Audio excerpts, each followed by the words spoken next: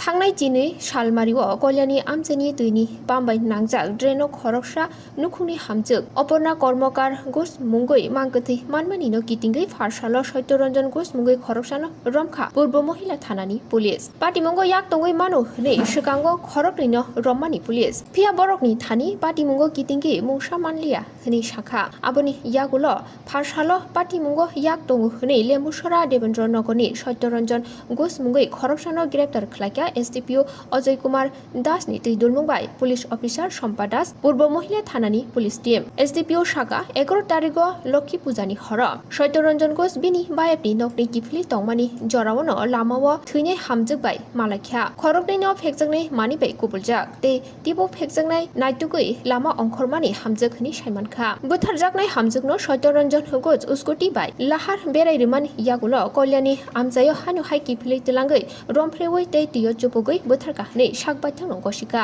रमजांनाय सत्यरंजन घोष आगरतलानि खुंजा मिस्ट्रि दुकानो सामुक दांनाय हनै सायमानका फाइनै सालो रमजांनाय सत्यरंजन घोषनो दरबार नग दिसाजाकनाय हनै साका एसडिपिओ अजय कुमार दास। নমস্কার সবাইকে।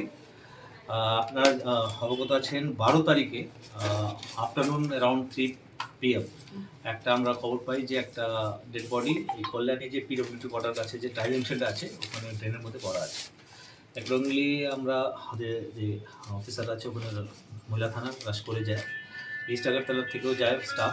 তো আমরা মোবাইল ফরেন্সিক টিমকে ওখানে ইনভাইট করি, ওখানে এসে আমরা লাশটাকে উদ্ধার করি। আর একটা ইউডি কেস রেজিস্টার হয়, ইউডি কেস রেজিস্টার করে কেউ আইডেন্টিফাই করতে পারেনি।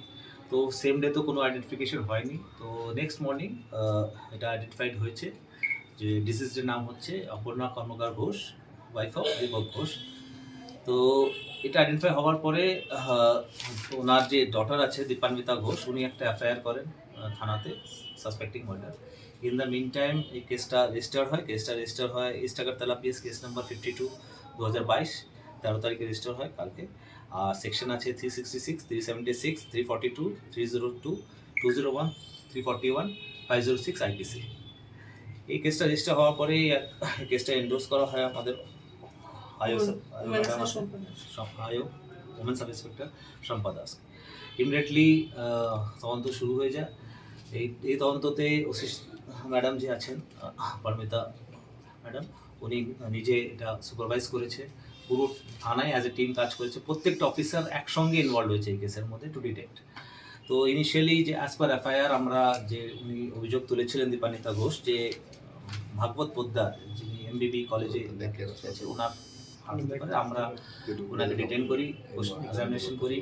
আরেকজন রূপেশ ধর অ্যালাস বিকি, ওনাকেও আনা হয়, ওনাকেও জিজ্ঞাসাবাদ করা হয়, কিন্তু ওনারা কিছু স্যাটিসফ্যাক্টরি অ্যান্সার দেয়নি। যেহেতু ওনারা কোঅপারেট করছিলেন না, তো আলটিমেটলি অ্যারেস্ট করে আমরা ফরওয়ার্ড করেছি আজকে আর ওদের রিমান্ডে এনেছি। আন্ডারস্ট্যান্ড, এটা হয়ে গেল as per FIR. Otherwise also আমরা পিওর আশেপাশে সিসিটিভি কালেক্ট করি, কিন্তু সিসিটিভি যে জায়গাটায় অফেন্সটা হয়েছে ওই জায়গায় সিসিটিভি পুরো কাভারেজটা প্রপারলি ছিল না। হাউএভার মানে আমরা সায়েন্টিফিক এডস ইনভেস্টিগেশনে যা ব্যবহার করা হয় সায়েন্টিফিক আর টেকনিক্যাল এডস ইউজ করে একটা আমরা বুঝতে পেরেছি যে একটা টিভিএস অ্যান্টক রেস এডিশনের রেড অ্যান্ড ব্ল্যাক স্কুটিতে একটা লোক এর মধ্যে ইনভলভ আছে। তো কালকে পোস্টমর্টমও হয়েছে, এটা রিপোর্ট আসা বাকি আছে। কিন্তু প্রিলিমিনারি যা বুঝতে পেরেছি এর মধ্যে মানে প্রথমে রেপ কমিট হয়েছে, তারপরে মানে এটা সাসপেক্টেড মার্ডার হয়েছে। তো এখন যখন আমরা পুরো টিম মানে বিভিন্ন অ্যাঙ্গেলে সবাই নিজের টাস্ক ভাগ করে আমরা দেখছিলাম, তো এই টিভিএস এনটক টোটাল যে ত্রিপুরাতে আছে এই মডেলটা 7,220টা ছিল। তো ওটাকে জিরো ডাউন করে আমরা ওয়েস্ট ত্রিপুরা এনেছি, তো 2154। ওর মধ্যে race edition red black colour যেটা আপনার সিজ করে এনেছি, যেটা একুইজডের কাছে ছিল, এটা 1499, এটা 1499। তো ওর মধ্যে আমরা তারপরে স্মার্ট সিটিতে গিয়ে মুভমেন্টটা দেখার চেষ্টা করেছি যে মানে কি মুভমেন্ট হয়েছে। তো একটা আইডিয়া করতে পেরেছি ওনাদের হেল্পে। তো ওই আইডিয়া করার পরে আমরা ফির জিরো ডাউন করেছি। তো আলটিমেটলি আমরা একটা সাসপেক্টকে আইডেন্টিফাই করেছি লেম্বুচারার। তো আজকে ইভিনিংয়ে আমি, ওসি ম্যাডাম, মিনা ম্যাডাম, আয়ো, আমরা সবাই যত আপনার টিম দেখছেন along with PSI Rajendra Reang, আমরা পুরো টিম গেছি লেম্বুচারাতে, আর লেম্বুচারা এসডিপো সাহেব আর ওসি সাহেবের সাহায্যতে আমরা যে প্রাইম অ্যাকিউজ যে এই কেসটা, এই প্রাইম অ্যাকিউজড ওনাকে সত্যনারায়ণ ঘোষ, সন অফ মতি ঘোষ, ওনার দেবেন্দ্রচন্দ্র নগর লেম্বুচারা, দেবেন্দ্রচন্দ্রনগর। হ্যাঁ লেবুচরা, ওখান থেকে ওনাকে অ্যারেস্ট করেছে, অ্যাজ ওয়েল অ্যাজ ওই স্কুটিটা যেটা মানে অফেন্সের মধ্যে ইউজ হয়েছিল ওটাও সিজ করে আনা হয়েছে। তো প্রিলিমিনারি ইন্ট্রোগেশনে কনফেস করেছে। তো ওনার কনফেশন অ্যাজ পার ইস কনফেশন এরকম হচ্ছে যে উনি এই মিষ্টি দোকান শ্রীগোপাল যে মিষ্টি দোকান আছে মৎস্যকুণ্ডে ওখানে কাজ করে অ্যাজ এ কারিগর।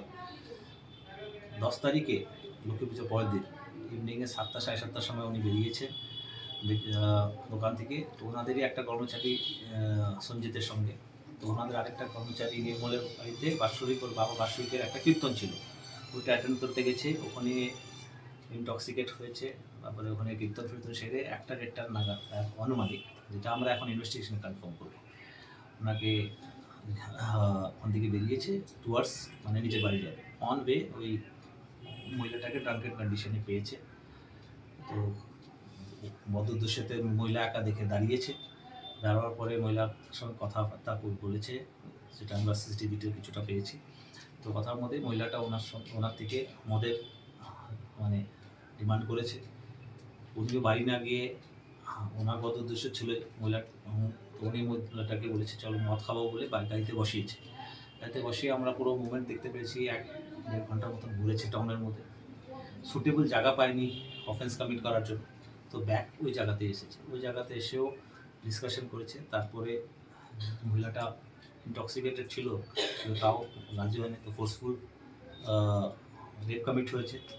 আফটার রেপ কমিশন যেটা আমরা সাসপেক্ট করছি যে ওনাকে মহিলাটাকে ট্রেনের মধ্যে ড্রাউন করে মানে ডুবিয়ে মারা হয়েছে। মারার পরে উনি স্কুটিটা স্টার্ট দিয়ে হেঁটে হেঁটে মানে যে আশেপাশে যেন আওয়াজ না শোনে এটা নিয়ে কল্যাণী দিকে গেছে। তারপরে ওই দিক দিয়ে ফের ব্যাক উনি লেম্বুচড়া চলে গেছে। তারপর থেকে উনি স্কুটি বের করেনি, কাজেও যায়নি পর থেকে, আর কোনো কন্ট্যাক্টও করেনি। তো এটা হচ্ছে অ্যাজ পার কনফেশন। এখন তো জাস্ট প্রিলিমিনারি ইন্ট্রোগেশন হচ্ছে, কালকে আমরা ওনাকে ফরওয়ার্ড করবো, ফরওয়ার্ড করে রিমান্ড চাইবো। রিমান্ড চাওয়ার পরে পুরো যে ফ্যাক্টসগুলো আছে এস্টাবলিশ করবো, আর বাকি যে এভিডেন্স আছে এটা কালেকশন হবে। সে কি স্বীকার করেছে? কনফেস করেছে। ঠিক ওর সাথে কি কেউ ছিল? না না না, একা একা ছিল, সিঙ্গেল ছিল, অ্যাজ পার সিটিজেন সিঙ্গেল ছিল। ঠিক কয়টা নাগাদ তাহলে ক্রাইমটা হয়েছে? অ্যারাউন্ড যদি আপনি এক্স্যাক্ট টাইম বলে এটা তো বলার, কিন্তু এটা যে 2 থেকে আড়াইটার মাঝখানে তবে রেপ অ্যান্ড মার্ডারটা হচ্ছে। আর বাকি উনি ওই একটা সময় আনুমানিক 8টার সময় মানে 1টার সময় থেকে মানে ওই মহিলাটাকে নিয়ে মানে ইন্টারাকশন হয়েছে, ইন্টারাকশন পরে ঘোরাফেরা করেছে। রেপ কি ওই স্পটেই হয়েছে? হ্যাঁ স্পটে হচ্ছে। যে গাড়ি ওখানে একটা গাড়ি কার পার্ক করা ছিল, ওইটার যে একটা ওই জলের দোকান আছে, উনি গাড়ি পার্ক করতেন, ওটা আমরা বলে দিচ্ছি আর পার্ক করবো না, সরিয়ে দিচ্ছে। ওই গাড়িটা পার্ক করছে, ওই গাড়িটা যে এইটা পেয়েছে মানে আড়ালটা পেয়েছে, ওই জন্য। মহিলার সাথে কি ওর কোনো জানাশোনা ছিল? না, কোনো জানাশোনা ছিল না, আননোন ছিল।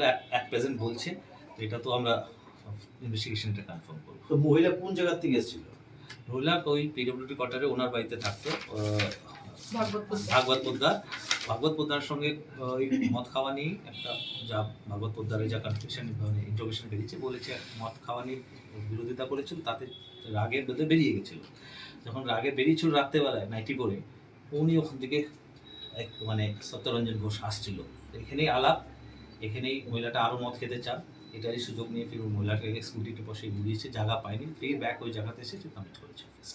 ওর সাথে